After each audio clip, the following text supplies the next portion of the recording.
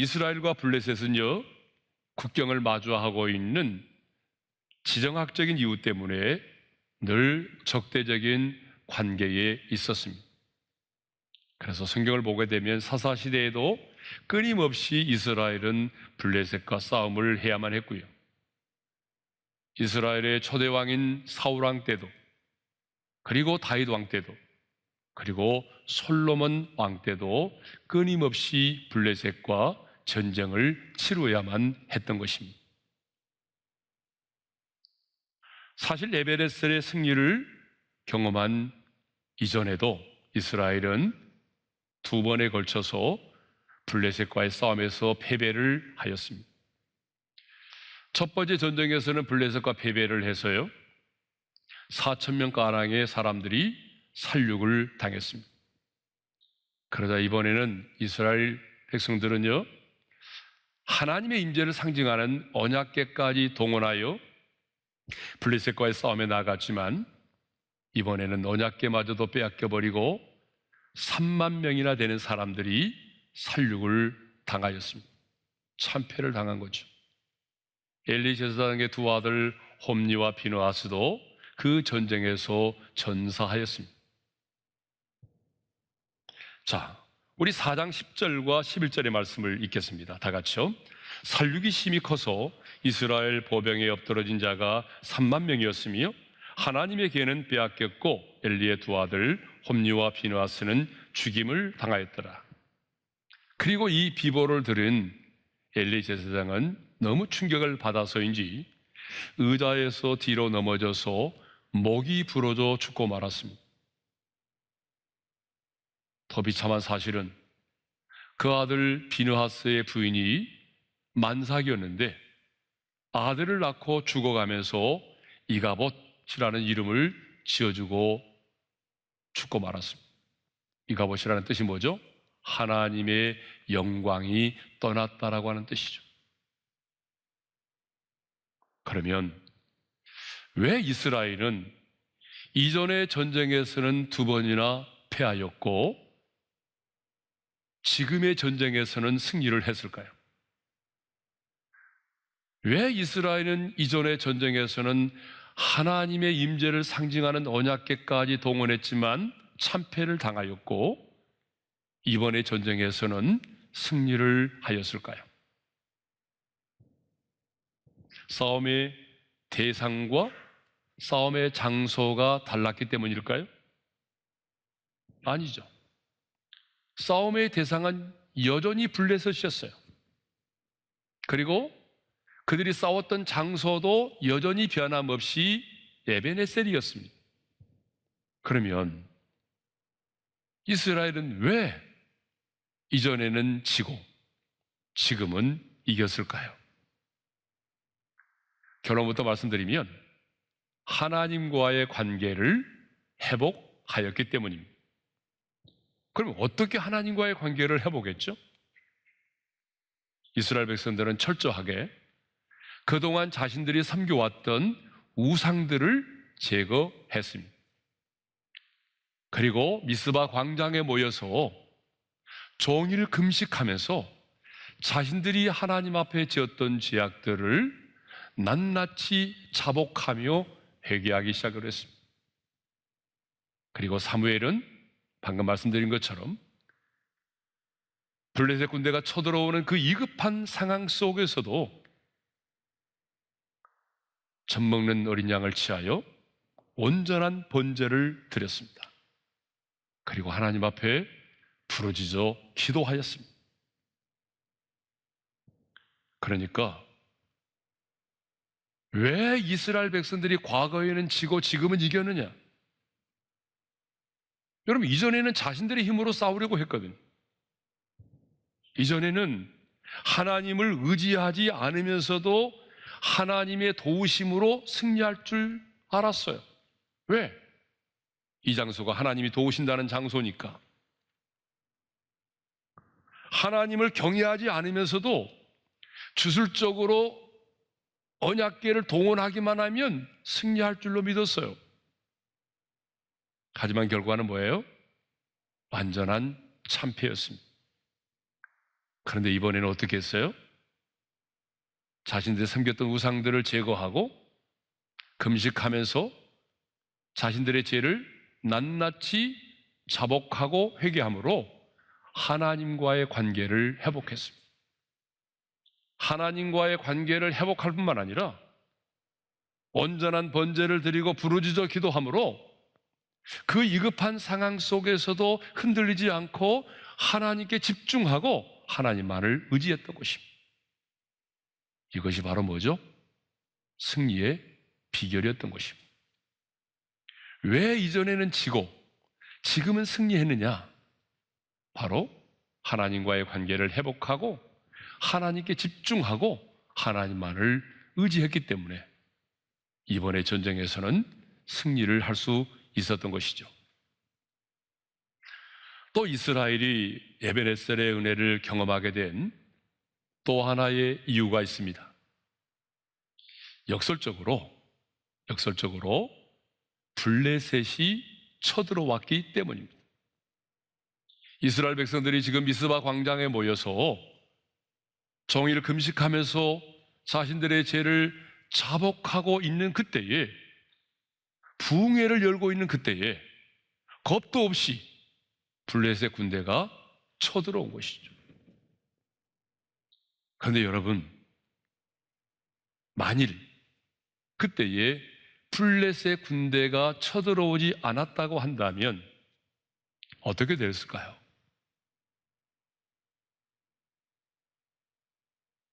살아계신 하나님의 역사하심을 경험하지 못했을 것입니다.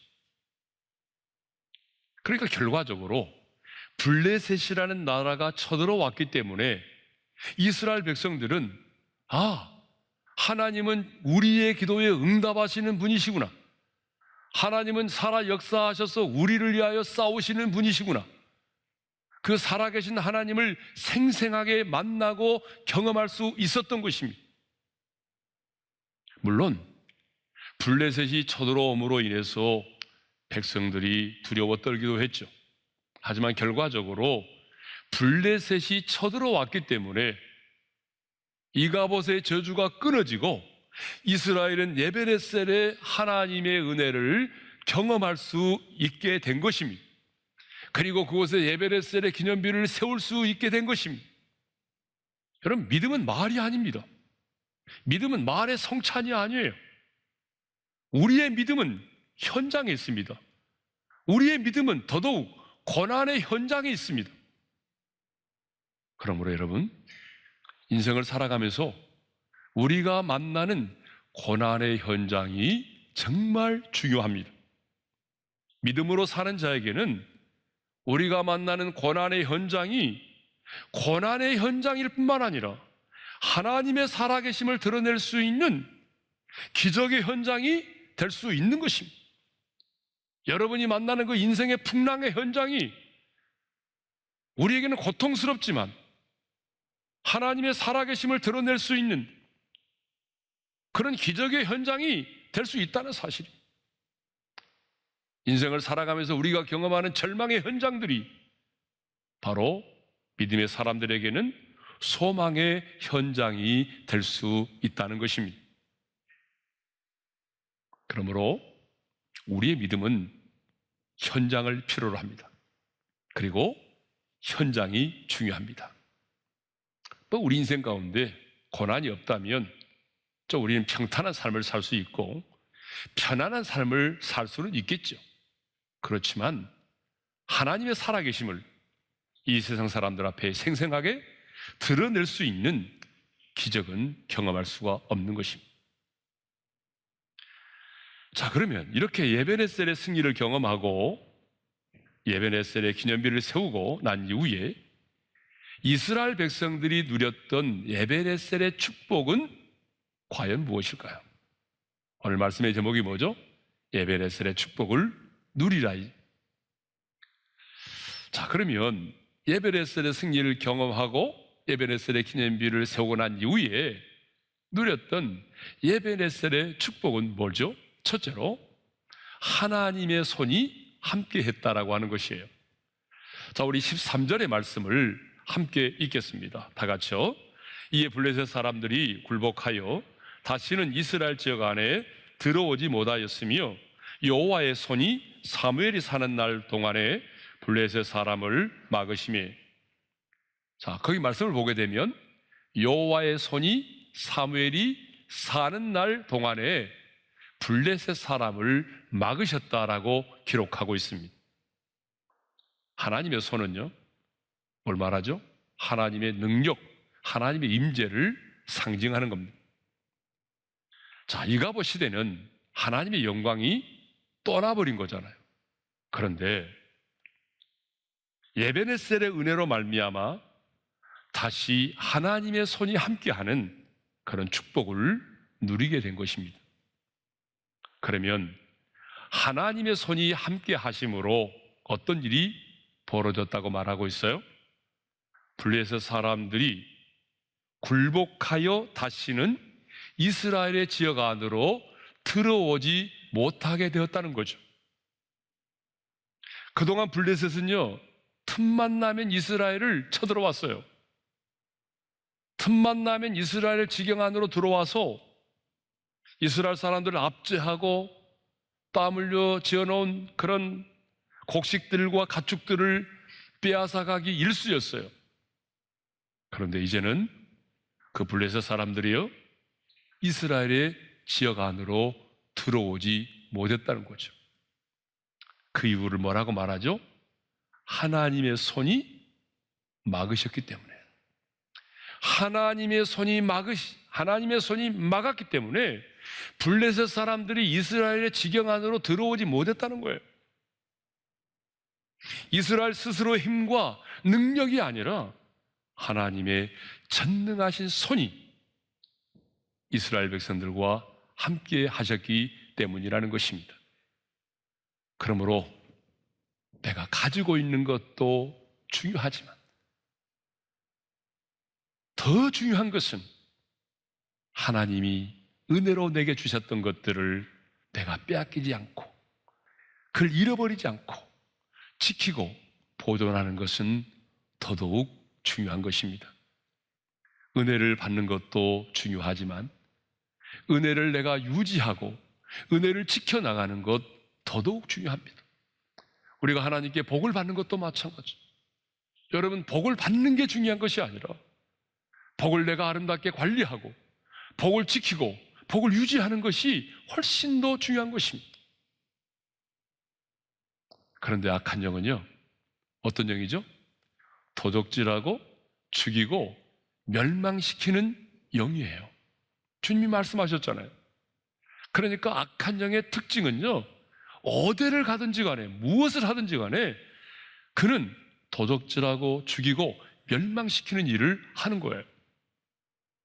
그러므로 하나님이 내게 은혜로 주신 것들을 내가 빼앗기지 않고 잃어버리지 않고 그것을 유지하고 지켜나가려면 전능하신 하나님의 손이 악한 영들로 하여금 우리 가운데 역사하지 못하도록 막아주셔야만 되는 것입니다. 가정을 허무는 작은 여우가 우리 가정에 들어오지 못하도록 전능하신 하나님의 손이 우리의 가정의 울타리를 지켜주셔야만 되는 것입니다.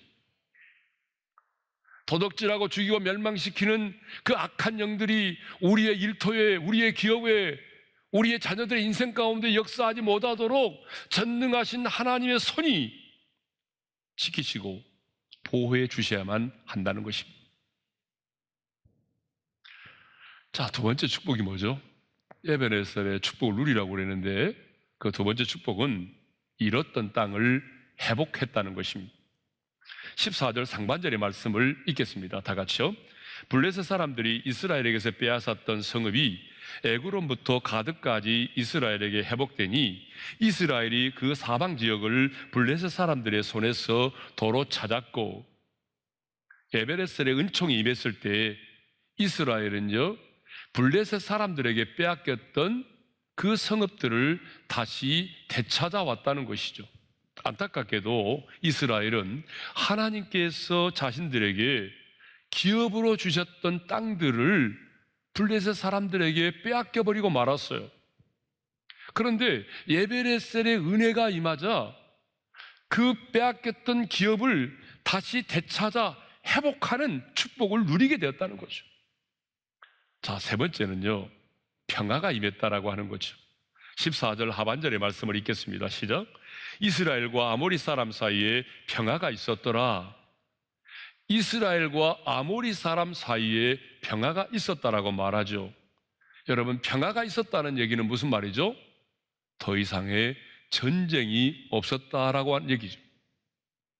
여러분, 전쟁이 사라지고 나니까 당연히 그 땅 가운데 괴로운 일들이 사라지고 고통이 사라지고 평화가 임하는 것입니다. 그런데 성경을 보게 되면 이스라엘과 블레셋 사이에 평화가 임했다라고 되어 있지 않고 이스라엘과 아모리 사람 사이에 평화가 임했다라고 말씀하고 있네요. 여러분, 왜 갑자기 아모리 사람이 등장하죠? 그 이유가 있어요. 그것은 블레셋만이 아니라 아모리 사람들과도 분쟁이 사라졌다는 얘기인데요. 여러분, 아모리 족속은 가나안 족속인데요, 단지파를 자신들의 기업에서 쫓아낼 정도로 굉장히 강한 족속입니다. 이렇게 강한 족속이 아모리 족속인데, 이 아모리 족속의 사람들이 블레셋이 이스라엘에게 패배했다는 충격적인 소식을 듣게 됩니다. 그 소식을 듣고 스스로 겁에 질려서 이스라엘과 평화 조약을 맺었습니다. 그래서 이스라엘과 아모리 사람 사이에 평화가 임하게 된 것입니다. 이렇게 에베네셀에 하나님의 은혜가 임하면 하나님의 손이 함께 하심으로 우리가 악한 영들의 공격으로부터 보호하심을 받을 수 있다는 것입니다. 에베네셀의 은혜가 우리 가운데 임하게 되면 하나님이 은혜로 주신 것, 잃어버린 것 많은데 그 잃어버린 것들을 다시 되찾는 회복의 축복을 누릴 수 있다는 것이죠. 그리고 에베네셀의 은혜가 우리 가운데 임하게 되면 우리는 이 세상의 사람들이 경험할 수 없는 하나님께로 말미암는 그 평안의 축복을 누리게 되는 것입니다. 그러니까 첫 번째는 보호하심의 축복이고, 두 번째는 회복의 축복이고, 세 번째는 평화의 축복. 이것이 바로 에베네셀의 축복입니다. 그런데 13절을 보게 되면요, 여호와의 손이 사무엘이 사는 날 동안 블레셋 사람을 막아주셨다라고 말씀하고 있어요. 그럼 13절의 말씀을 다시 한번 읽겠습니다. 시작. 여호와의 손이 사무엘이 사는 날 동안에 블레셋 사람을 막으심에, 사무엘이 사는 날 동안이라는 말을 굉장히 강조하고 있죠. 15절도 보게 되면 사무엘이 사는 동안 이스라엘을 다스렸다라고 말씀하고 있어요. 여러분, 왜 이렇게 성경은 계속적으로 사무엘이 사는 동안, 사무엘이 사는 날 동안이라는 말을 강조하고 있죠? 그것은 준비된 한 사람 사무엘을 통해서 하나님께서 이런 놀라운 일들을 행하셨기 때문이에요. 준비된 한 사람 사무엘을 통해서 그 땅 가운데 하나님의 보호하심과 그리고 회복하심과 그리고 놀라운 평안이 임하게 된 것입니다. 준비된 한 사람을 통해서 이가봇의 저주가 끊어지고 에베네셀의 은혜가 임하였습니다. 이것을 보게 되면 그 시대의 사무엘이 얼마나 영향력 있는 사람이었는가를 우리가 알 수 있습니다. 그 시대의 사무엘은요, 있으나 마나한 사람이 아니었습니다. 이스라엘이라고 하는 한 나라의 운명을 좌우할 만큼 그런 영향력 있는 사람이었습니다. 여러분, 성경을 보게 되면 우리 하나님은 전능하신 분이시지만 그럼에도 불구하고 하나님은 언제나 사람을 통해서 일을 행하십니다. 여러분, 믿으십니까? 이것이 하나님의 일하심의 방식입니다. 언제나 하나님은 사람을 통해서 일하시기 때문에 하나님은 사람을 찾으십니다. 어떤 사람을 찾으십니까? 준비된 한 사람을 찾으십니다. 그러면 왜 하나님은 그 시대에 많고 많은 사람들이 있었지만 왜 사무엘이라고 하는 한 사람을 준비시키시고 그 사무엘이라고 하는 사람을 통해서 하나님의 위대한 역사를 이루셨을까요? 그 첫 번째 이유는 사무엘이 기도의 사람이었다는 것입니다. 사무엘은요, 진짜 기도의 사람이었어요. 이스라엘의 모든 백성들은 사무엘 딱 하게 되면 기도의 사람, 이렇게 인식하고 있었어요. 사무엘상 12장 23절도 보게 되면 사무엘은 기도를 쉬는 죄를 범하지 않겠노라고 다짐했어요. 읽겠습니다. 다 같이요. 나는 너희를 위하여 기도하기를 쉬는 죄를 여호와 앞에 결단코 범하지 아니하고. 여러분, 사무엘은 기도의 사람이었어요. 기도를 쉬는 것은 죄라는 것을 알고 인생을 살았던 사람입니다. 그는 태어날 때부터 어머니 한나의 기도로 태어났습니다. 그래서인지 죽음의 순간이 다가오는 그 마지막 순간에도 기도를 쉬는 것을 죄라고 여길 만큼 그는 평생 기도하는 사람으로 살아왔습니다. 이렇게 그가 하나님의 손에 붙들림 받아서 영향력 있는 사람으로 쓰임받게 된 것은 그가 바로 기도의 사람이었기 때문이라는 거죠. 두 번째로, 사무엘은 예배의 사람이었습니다. 블레셋 군대가 쳐들어오는 그 위급한 상황 속에서도 젖먹는 어린 양을 취하여 온전한 번제를 드렸다고 하지 않아요? 자, 9절 상반절을 다시 읽겠습니다. 시작. 사무엘이 젖먹는 어린 양 하나를 가져다가 온전한 번제를 여호와께 드리. 여러분, 온전한 번제가 뭔지 아세요? 젖먹는 어린 양이 제단에 올려져서 다 태워져서 다 완전하게 태워질 때까지 그 자리를 떠나지 않았다는 거예요. 번제는 제물을 태워서 드리는 제사거든요. 여러분, 그 상황이 어떤 상황입니까? 블레셋 군대가 지금 쳐들어오고 있는 상황입니다. 저쪽에서 블레셋 군대가 먼지를 일으키고 지금 이곳을 향하여 쳐들어오고 있습니다. 블레셋 군대의 말발굽 소리가 들려오고 있는 상황입니다. 그럼에도 불구하고 사무엘은 지금 그 어린 양을 취해서 그 제단에 올려진 그 제물이 온전히 다 태워질 때까지 온전한 번제를 드렸다는 거죠. 다급한 상황 속에서도 하나님께 집중하며 예배를 드렸다는 거예요. 그것만이 아닙니다. 16절을 보게 되면 사무엘은 1년에 한 차례씩 베델로, 베델에서 길갈로, 길갈에서 여리고로, 그리고 여리고에서 자신의 고향 라마로 돌아왔어요. 그런데 쭉 돌아다니면서 다스렸다고 그랬잖아요. 이 다스림의 사역이 뭐예요? 재판했다는 거죠. 이런 모든 사역 다스림을 마치고 자신의 고향 라마로 돌아오면 그가 했던 일이 있어요. 자, 17절의 말씀을 읽겠습니다. 다 같이요. 라마로 돌아왔으니 또 거기에 여호와를 위하여 제단을 쌓았더라. 모든 사역을 마치고 돌아왔을 때, 자기의 고향으로 자기의 집으로 돌아왔을 때 여러분, 사무엘이 했던 일이 뭔지 아세요? 또 여호와를 위하여 제단을 쌓았다는 말. 또라는 말이 있어요. 한 번만 예배드린 것이 아니에요. 자기의 사역을 마치고 돌아왔을 때마다 그가 하나님 앞에 빠뜨리지 않고 하나님 앞에 예배를 드렸다는 거 아닙니까? 성경과 역사를 보게 되면 하나님의 손에 붙들림 받아서 한 시대에 영향력 있는 사람으로 쓰임받았던 사람들에게는 공통점이 있습니다. 여러분, 그 공통점이 뭔지 아세요? 바로 기도의 사람이었고 예배의 사람이었다는 것입니다. 하나님 앞에 귀하게 쓰임받았던 사람들의 공통적인 특징이 있어요. 기도의 사람, 예배의 사람이었다는 것이죠.